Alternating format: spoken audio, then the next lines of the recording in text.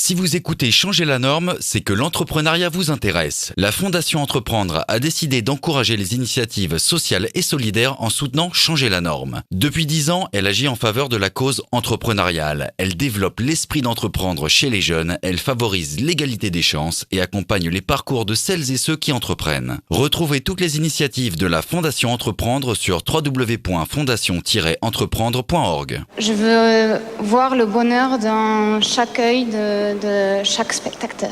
Il faut que tu respires. Moi à mon bisounours, je lui fais des bisous. T'es gentil des tout. Selon l'IFOP, 51% des consommateurs ne font pas confiance aux grandes marques concernant leurs engagements éthiques et écologiques. Pourtant, la société de consommation carbure. 100 milliards de vêtements sont vendus chaque année dans le monde, faisant de la production textile la deuxième source de pollution mondiale. Pour participer à l'endiguement de ce gouffre social et écologique et fournir des informations claires sur les vêtements aux consommateurs en quête de transparence, Rim Trabelsi a cofondé Clear Fashion. Je suis Flavie Després, j'ai cofondé et je dirige Care News, le média des acteurs de l'engagement. Et je milite pour que l'entrepreneuriat social, l'impact et l'économie sociale et solidaire soient la norme de demain. Dans Changer la norme, je reçois celles et ceux qui entreprennent autrement, plaçant au cœur de leur développement l'humain, la planète et la société. Rim, ingénieur de formation et primo-entrepreneur. Clear Fashion est une entreprise à mission, forte de 2 levées de fonds, qui évalue l'impact humain sur la société, l'environnement et l'animal des vêtements.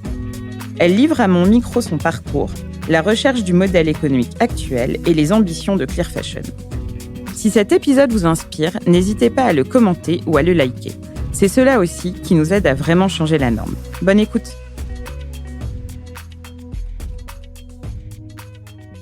Bonjour Rim. Bonjour Flavie. Tu vas bien ? Très bien, merci.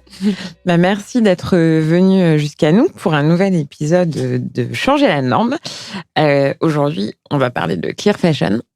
Est-ce que tu peux, en 2 phrases, te présenter et présenter Clear Fashion, s'il te plaît ? Oui, bien sûr. Donc moi, je m'appelle Rim Trabelsi, je suis la cofondatrice de Clear Fashion. Et Clear Fashion, c'est un système de scoring qui permet de savoir quel est l'impact de la fabrication des vêtements. Alors, la tradition d'en changer la norme, c'est de commencer par parler de toi et de ton parcours, donc de ton jeune parcours. Qu'est-ce que tu as fait comme études et comment t'en es venue à l'entrepreneuriat ? Moi, j'ai fait une école d'ingénieur agronome. Donc, j'ai pas fait d'école de commerce, d'école dans le digital, ni d'école dans la mode. Pourquoi j'ai choisi cette filière ? C'est parce que je m'intéressais à ce qu'il y avait derrière la production alimentaire. Donc, quand on achète ses carottes, d'où elles viennent, par quels agriculteurs elles ont été faites. Et en fait, naturellement, quand j'ai rencontré mon associée Marguerite Dorangeon, on s'est posé les mêmes questions pour les secteurs de la mode. Tu l'as rencontrée où ? En dernière année d'études. Et c'est à ce moment-là qu'on s'est dit, mais on a beaucoup travaillé sur le secteur agroalimentaire. On achète des vêtements. Qu'est-ce qu'il y a derrière les vêtements ? C'est marrant parce que c'est aussi du coton, donc c'est une matière agricole. C'est forcément des gens qui la cultivent, qui la produisent, qui la transforment. Dans quelles conditions ? Quel est leur impact ? Et c'est à ce moment-là qu'on s'est dit, tiens, il nous manque des informations pour pouvoir mieux consommer dans ce secteur. Alors, on fait un petit flashback. Donc, tu fais tes études, tu rencontres Marguerite, Ouais. vous vous lancez juste après ? Ouais, c'est ça. Alors, moi, honnêtement, j'avais pas vraiment envie de monter une entreprise, initialement. Parce que j'avais des parents qui avaient monté des entreprises et c'était, je trouvais que c'était dur. Mais en fait, on a eu cette idée et on a commencé à en parler autour de nous, et il y avait de plus en plus de personnes qui nous disaient il nous faut vraiment une application qui nous permette de découvrir justement l'impact social et environnemental des vêtements. Il y avait des marques qui étaient intéressées, les fédérations nous contactaient. Donc c'est là qu'on s'est dit mais en fait, il y a un besoin, il faut qu'il y ait quelqu'un qui le fasse. Qui va le faire ? Bon, il faut que ce soit nous, puisqu'on est déjà lancé en fait. Et Marguerite, c'est un peu pareil. En fait, à la fin de nos études, on a quand même fait nos stages, on a eu une première expérience, mais c'est comme on n'avait pas clôturé vraiment, on va dire, nos pages sur Facebook, on avait quand même un site, de plus en plus de personnes nous contactaient, et on s'est rendu compte finalement que c'était vraiment un besoin et qu'il y avait personne d'autre qui faisait ça. Ta tradition dans changer la norme, c'est de détricoter tout ça parce que le propos, c'est que pour changer la norme, il faut se parler normalement. Et voilà, moi, ce qui m'intéresse et ce qui intéresse les auditeurs, c'est qu'on revienne, si tu le veux bien, au tout début. Ouais. Donc, tu sors d'école et... En fait, pendant nos études, donc en 2017, on a un projet d'innovation à lancer. Et on se met ensemble avec Marguerite et avec une autre amie, d'ailleurs, une autre camarade de classe qui s'appelle Élodie. Et à ce moment-là, justement, on dit, on a beaucoup travaillé sur l'alimentaire. On veut en savoir plus sur le secteur de la mode puisqu'on achète des vêtements. Quels sont les problèmes du secteur et comment, en tant qu'ingénieur, on peut les résoudre, ces problèmes. Et donc, justement, c'est là qu'on s'est rendu compte des problèmes sociaux, environnementaux. Et on s'est dit, il faut... En fait, finalement, ce qu'on voit, c'est qu'il y a plein de problèmes. Par exemple, il y a de la pollution des eaux, il y a des matières qui sont très consommatrices d'eau, mais en fait, à chaque fois, on voit qu'il y a des alternatives techniques. Donc, c'est pas un problème d'ingénieur, c'est un problème d'information. C'est-à-dire que on Et pourtant, tu es ingénieur. Oui. Et vous êtes tous les trois ingénieurs, donc comment vous êtes passé de on voit bien le problème, c'est notre métier, à en fait, vous êtes ni codeuse, ni entrepreneur. Donc, comment vous êtes passé de en fait, il faut faire ça et d'avoir... Comment vous avez complété ces compétences plutôt là? Alors, en fait, c'est vrai que toutes les deux, en plus avec Marguerite, on est toutes les deux ingénieurs agronomes. Oui, c'est pour ça. Donc en fait, vous voyez bien le problème. Vous étiez sans doute les meilleurs pour voir le problème et donner l'information. Mais par exemple, nous qui faisons de la formation chez Carnus, c'est un autre métier. Et du coup, vous avez ce projet d'études et ensuite vous dites, ça y est, on va faire ça, c'est nécessaire, c'est nous parce que... Et souvent, quand on a une fulgurance, c'est qu'on est les mieux placés. Je crois que j'ai vu croyait. Ouais, parce que j'ai vu plus de 50 entrepreneurs passer derrière ce micro et on est toujours le mieux placé quand on sait que c'est nous. Et du coup, comment vous vous dites, maintenant, il faut quand même des compétences informatiques, il faut quand même gagner sa vie à un moment. Ouais.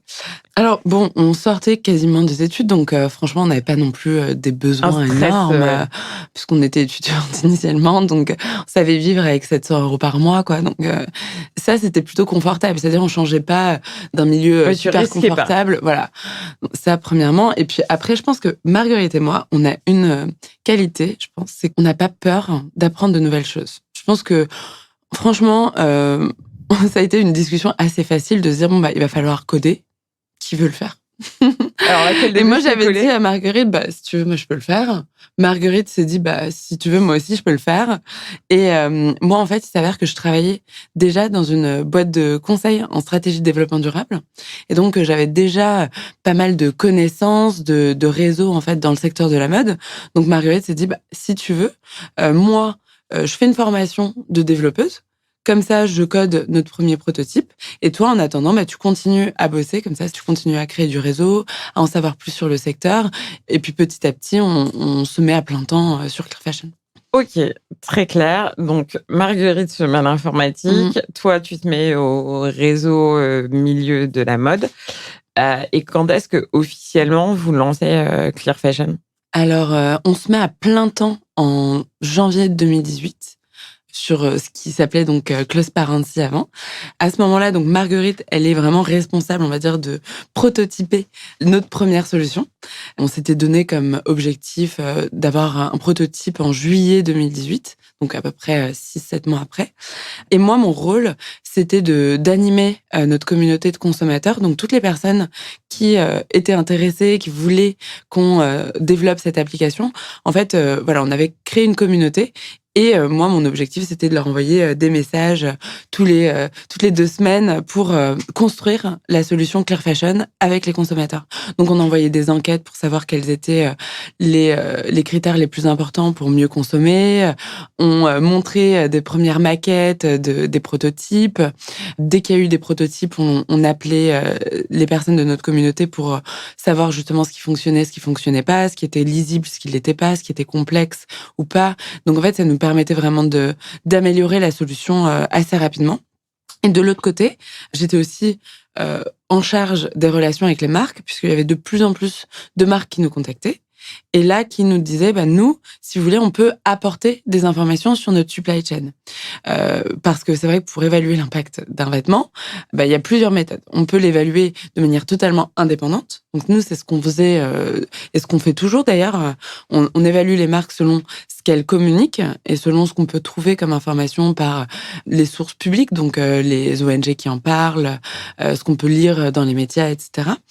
Mais c'est beaucoup plus fin lorsque les marques nous communiquent leurs pratiques, notamment les lieux de production, les matières, quel pourcentage de matière, les contrôles qui sont réalisés, les audits. Donc c'est la donnée en fait qui est active, qu'on vous donne ou que vous remontez. Comment ça se passe, le modèle financier? Est-ce que c'est, quand c'était Close Parentier, aujourd'hui Clear Fashion, est-ce que tu peux l'acheter sur ton téléphone? Est-ce que c'est le consommateur qui paye pour avoir le droit à l'information? Ou est-ce qu'il y a un autre modèle économique? Non, alors aujourd'hui, donc, il faut savoir que Clear Fashion, c'est donc surtout un système de scoring. Nous, on est vraiment, notre activité, c'est de développer des méthodologies d'évaluation d'impact, de rendre l'information plus lisible pour les consommateurs parce qu'il n'y a pas d'information ou alors elle n'est pas fiable ou alors elle est trop complexe. Et cette information, elle est diffusée sur l'application Clear Fashion. Pour les consommateurs, ça, c'est gratuit. C'est gratuit aussi pour les marques de se faire évaluer et de diffuser l'information selon nous, nos normes, en fait, puisqu'on a vraiment une façon d'afficher l'information. Et c'est gratuit pour les marques. La contrepartie, en fait, c'est gratuit, mais par contre, vous ne demandez pas de changer les notes, la manière d'afficher, d'enlever du texte, etc. Les marques découvrent en même temps... Il y a combien de marques référencées?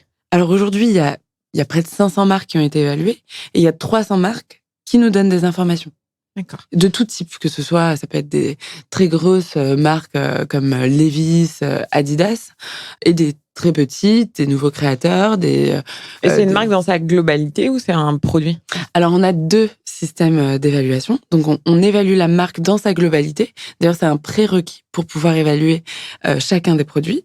Donc, on évalue la marque dans sa globalité. Donc là, c'est vraiment toutes les pratiques, tous les lieux de production, toutes les matières, les pourcentages. Et en fait, donc on évalue au moins une fois par an ou 2 fois par an les marques. Et on évalue les produits un par un. Donc, chacun des produits des marques. Et là, c'est vraiment pour la composition du produit, les lieux de producteurs de ce produit-là, etc. C'est qui la marque la mieux notée? Alors, il y en a pas mal. D'ailleurs, on a un top marque où il y a... Oui, parce que j'imagine que comme il y a des notes, il y en a bien une où il y a des ex-aequo. Alors, on a pas mal d'ex-aequo, justement, mais Mud Jeans, c'est une super marque de jeans qui est super bien notée chez nous, puisqu'en fait, donc on note sur 4 thématiques: l'impact environnemental, l'impact social, l'impact santé et le bien-être animal. Et sur l'impact environnemental, ils sont au top, puisqu'en fait, ils utilisent des matières recyclées, ils produisent, et en fait, il y a une durée de vie qui est très allongée, parce qu'en fait, on peut, nous, en tant que consommateurs, leur renvoyer nos jeans, et ils vont les retransformer en fils. Donc, ils sont très forts, par exemple. Alors, du coup, pour revenir sur le financement de Clear Fashion, parce qu'on s'égare à parler des mieux notés, donc, c'est gratuit pour le consommateur, c'est gratuit pour les marques de se faire référencer, mais comment qui fait vivre Clear Fashion à la fin? Alors, donc, aujourd'hui, ce qui est payant, c'est quand les marques souhaitent étiqueter leurs notes sur leurs produits à eux, en boutique. Ah, comme un label. Exactement. Okay. En fait, alors c'est pas vraiment un label, mais c'est comme nous, en fait, tout simplement, on protège nos droits d'auteur. Donc, si vous êtes graphiste, par exemple, et que vous créez une marque ou vous créez, on va dire, un affichage, un graphisme, si vous le diffusez sur vos propres supports, c'est gratuit. Non, c'est très clair. C'est quand tu achètes un vêtement en boutique ou en ligne. Si la marque la pose. Si elle a la marque Clear Fashion, elle doit payer une licence. Exactement. D'accord. Et il y a combien de marques qui sont licenciées? Alors aujourd'hui, il y a une 30aine de marques qui la posent. Donc par exemple, la marque Sessoun met sur son e-shop les notes Clear Fashion. Donc quand tu veux acheter un pull chez Sessoun, par exemple, tu peux découvrir la note Clear Fashion. Donc c'est top, puisqu'en fait, ça permet à nous, on a les informations pour nos utilisateurs. Donc on a 300 000 utilisateurs qui découvrent les notes de Sessoun. Mais si Sessoun veut, en plus de ça, informer ses clients et être encore plus actif dans la sensibilisation et de permettre une consommation responsable à ses clients, là, elle va afficher les notes Clear Fashion sur son e-shop. D'accord, c'est très clair. Et donc ça, c'est le modèle économique aujourd'hui. Mais en attendant que ça atteigne un certain volume, parce que la magie des licences, c'est qu'une fois que ça marche. Mais avant que ça marche, il faut un petit peu de temps. Comment vous êtes financé pendant ces 4 années? Nous, on a fait 2 levées de fonds. Ok. En fait, notre stratégie, elle est assez claire. C'est notre objectif, notre mission. On est une SaaS à mission, en fait. Chez Clear Fashion, on a toujours été une SaaS à mention ESS ou une SaaS à mission. Notre mission, c'est d'informer les consommateurs, de les sensibiliser. Donc, en fait, notre objectif, c'est de toucher le plus en plus de consommateurs qui puissent savoir qu'il y ait justement la possibilité de s'informer sur l'impact des vêtements. Donc, la stratégie, elle est très simple, c'est toucher de plus en plus de consommateurs pour toucher de plus en plus de marques. Et bien sûr, grâce à des marques comme Sessoun qui utilisent notre licence, ça permet de toucher de plus en plus de consommateurs et de toucher de plus en plus de marques qui vont, elles aussi, avoir tendance, du coup, à potentiellement étiqueter demain. Donc, étant donné cette stratégie, on voit bien que c'est plus intéressant, en effet, de créer de la notoriété, de toucher de plus en plus de marques, de rendre accessible notre solution. Donc, quitte à faire justement une levée de fonds pour pouvoir créer cet effet papillon avant même de faire en sorte que les prix soient élevés et chercher absolument la rentabilité, parce que sinon, malheureusement, on toucherait trop peu de marques, en fait. Et lors de ces levées de fonds, le SaaS en ce moment, c'est ce qui marche bien pour lever des fonds, mais est-ce que vous avez choisi les personnes avec lesquelles vous travaillez? Est-ce que pour vous, est-ce que c'est des fonds impact? Est-ce que voilà, vous avez suivi le modèle jusqu'au bout, ou au contraire, est-ce que c'est plutôt des fonds tech? Alors, lever des fonds, c'est très compliqué. Nous, notre première levée de fonds, on l'a fait auprès d'investisseurs qui sont des business angels, en fait, qui ont mis des tickets allant jusqu'à 50 000 euros. Donc, ça reste des tickets assez élevés, mais pas non plus des choses démentielles par rapport à ce qu'on voit dans les investissements. Et en fait, il s'avère que pour la levée de fonds numéro 2, c'est nos investisseurs historiques, donc des investisseurs à impact, qui ont créé un fonds d'investissement à impact. Et en fait, ils ont créé une communauté d'investisseurs à impact où nous, on devait aussi participer, c'est-à-dire que il fallait qu'on sélectionne aussi avec qui on voulait être ou pas, puisqu'en fait, c'est vrai que quand on a des investisseurs dans notre entreprise, en fait, ils nous suivent, participent à l'aventure. Donc, on devait aussi choisir qui est-ce qu'on voulait avoir parmi la communauté des investisseurs, qui allait nous apporter des conseils, son expérience. Et aussi, bien sûr, il y a une question de cohérence en termes de valeurs. Donc oui, on connaît tous nos investisseurs. Donc malgré que ce soit un fonds, c'est un fonds à impact qui est fait par donc nos 2 investisseurs historiques, et on connaît tous nos investisseurs. Donc on a réussi aussi à avoir de la transparence derrière notre investissement, en fait. Maintenant qu'il y a une grosse levée de fonds qui vous laisse un petit appel, enfin un gros appel d'air pour avancer, que vous avez trouvé un modèle économique de financement par les ventes, c'est quoi les horizons de Clear Fashion? Alors nous, notre objectif, c'est vraiment de faire en sorte que demain, il y ait une personne sur 10 au moins, donc d'ici à décembre 2022, qui est une personne sur 10 qui connaissent Clear Fashion. En fait, c'est la même stratégie, c'est-à-dire que le Nutri-Score, par exemple, en 5 ans, ils ont réussi à se faire connaître auprès de 80% des consommateurs. L'objectif, c'est la même chose, c'est de faire en sorte que le Clear Fashion Score soit connu par le plus de consommateurs en France et à l'international. Donc, on développe aujourd'hui la France, et l'objectif, c'est après, en 2023, de développer Clear Fashion à l'international. Et en objectif business, vous avez un nombre de marques que vous aimeriez référencer? En fait, le plus on a de marques qui participent, le mieux c'est. Aujourd'hui, on a 300 marques qui participent avec nous. Donc, on aimerait bien avoir, d'ici à la fin de l'année, au moins 200 marques qui étiquettent les notes Clear Fashion sur leur propre site. Donc là, tu en as 30, et c'est les 200 dont tu parles qui utilisent le label comme communication. Ouais, en fait, qui étiquettent les notes d'impact Clear Fashion. En fait, il faut savoir qu'il y a une loi qui s'appelle la loi AGEC, qui est l'ancienne loi. Il y a plein d'articles sur Carneos, si vous voulez en savoir plus. Voilà. Et donc, cette loi, en fait, poussera demain les marques à étiqueter l'impact social et environnemental sur les vêtements. C'est justement pour aider à la consommation responsable qu'il y a cette loi qui fera que demain, il va y avoir une obligation d'affichage de l'impact social et environnemental. Normalement, c'est d'ici à 2023. Donc, plus qu'1 an. Voilà, plus qu'1 an pour que demain, les producteurs et les marques soient obligés d'afficher l'impact et les lieux de production de leurs vêtements. Alors, j'ai une dernière question sur le business. C'est que des scorings, il y en a plusieurs. Est-ce que vous parlez entre vous? Est-ce qu'il y a des idées de consortium? Parce qu'en fait, il y a pas mal de choses alimentaires.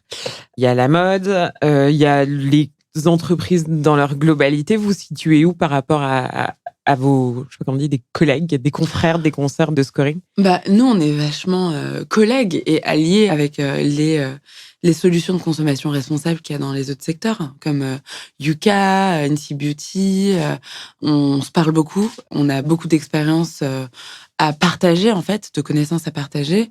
On a les mêmes objectifs aussi, c'est de sensibiliser les consommateurs. Nous, on a tous une conviction, c'est les consommateurs peuvent faire changer les choses en étant informés. Le pouvoir, c'est l'information. Maintenant, on travaille pas du tout dans les mêmes secteurs. Donc, l'alimentaire, c'est un autre modèle. C'est-à-dire que c'est vraiment des gros industriels. Nous, dans la mode, on a énormément de petites marques. On a beaucoup d'entreprises, en fait. Donc, c'est pas les mêmes dynamiques. Nous, par exemple, pour évaluer l'impact environnemental, c'est pas la même manière d'évaluer l'impact nutritionnel. L'impact nutritionnel, on peut l'évaluer grâce à l'étiquette qu'il y a sur les produits. Nous, on a besoin de savoir quels sont les lieux de production, quelles sont les matières, où est-ce que c'est fait, toutes les étapes de production pour évaluer. Donc, on est obligé de demander de l'information aux marques, par exemple. Donc, on n'a pas les mêmes manières de travailler. Ensuite, dans le secteur de la mode, il y a finalement très peu de méthodes d'évaluation. C'est pour ça que nous, d'ailleurs, on travaille avec l'État sur justement, on participe aux travaux pour permettre à ce qu'il y ait demain cet affichage environnemental et social. Il y a très peu de méthodes d'évaluation qui permettent une analyse par produit. On est quasiment les seuls. En fait, je pense qu'on est les seuls aujourd'hui à permettre ça. Ouais, je pensais aux sites en fait qui sélectionnent des marques éthiques, etc. Parce que du coup, c'est pas le même. J'imagine que les critères sont pas les mêmes, mais finalement, vos missions ne sont pas si différentes que ça de proposer aux consommateurs. Nous, on est super alliés avec les distributeurs. C'est-à-dire que les distributeurs aujourd'hui, ils ont plutôt tendance à nous contacter pour nous dire comment est-ce que je pourrais auditer utiliser votre système pour filtrer. Nous, on va jamais faire de la vente de vêtements. C'est pas notre mission. Nous, notre mission, c'est de créer des méthodes qui soient fiables, qui permettent d'analyser des choses difficiles, c'est-à-dire l'impact social et environnemental. On pose beaucoup de questions aux marques sur des choses très compliquées. Et en fait, autant les distributeurs, par exemple, les marketplaces éco-responsables, au lieu de redemander des informations aux marques, et finalement, elles savent pas. Évaluer, c'est un autre métier. Leur métier, c'est plutôt de vendre, de sourcer. Donc, elles peuvent passer par nous pour auditer les marques, pour savoir si c'est des marques justement responsables et potentiellement même demain communiquer ça aux consommateurs.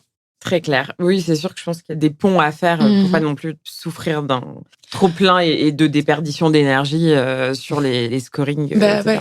C'est ça. Moi, je pense que... Alors, il faut savoir que le secteur de la mode responsable, c'est un secteur qui est vraiment un marché qui est en train de se créer. Il est assez dynamique en ce moment. Il y a plein d'acteurs qui se positionnent. Je pense que l'enjeu, c'est de faire en sorte de bien se positionner. Ça reste un petit marché qui est important, je pense, qui est utile. Et du coup, moi, ma philosophie, et c'est ce que je dis à toutes les personnes qui me contactent pour des partenariats, pour voir en fait comment on peut se positionner ensemble, c'est que en fait, il faut pas qu'on cherche à s'entretuer.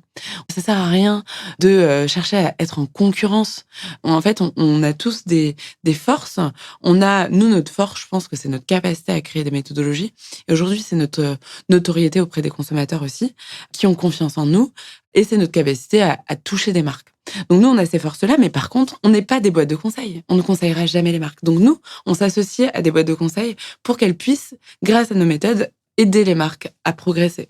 On s'associe avec des distributeurs pour que ces distributeurs puissent mieux sourcer leurs marques, qu'elles puissent ne pas avoir justement demandé toutes ces pratiques et que nous, on les fait. Donc on leur dit, voilà, telle marque, elle a été notée tant, donc elle valide telle pratique, que ces marques puissent, ou ces distributeurs puissent informer leurs propres clients via nos scores. Donc voilà, l'idée, c'est de se positionner et de pas être en concurrence absolument, quoi.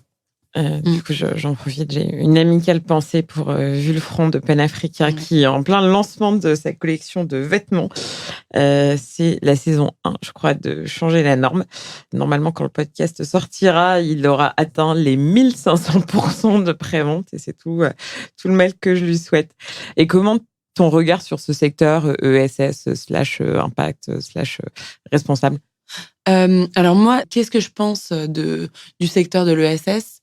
Moi, je pense que Le secteur de l'ESS devrait être la norme, en fait. Je pense que c'est un peu comme ce qu'on dit sur le marché de la mode responsable. La mode responsable devrait être la norme, c'est-à-dire qu'il ne devrait pas y avoir un marché non responsable et un marché responsable, ça devrait être la norme. Donc, toutes les entreprises devraient intégrer justement des missions à leurs entreprises. Moi, je pense qu'il devrait y avoir justement des bilans, pas que financiers, extra-financiers pour toutes les entreprises. Voilà. Très bien. Bon, Rim, si tu es prête, question finale. Il faut répondre du tac au tac et en une phrase. Quelle est la raison d'être de Claire Fashion ?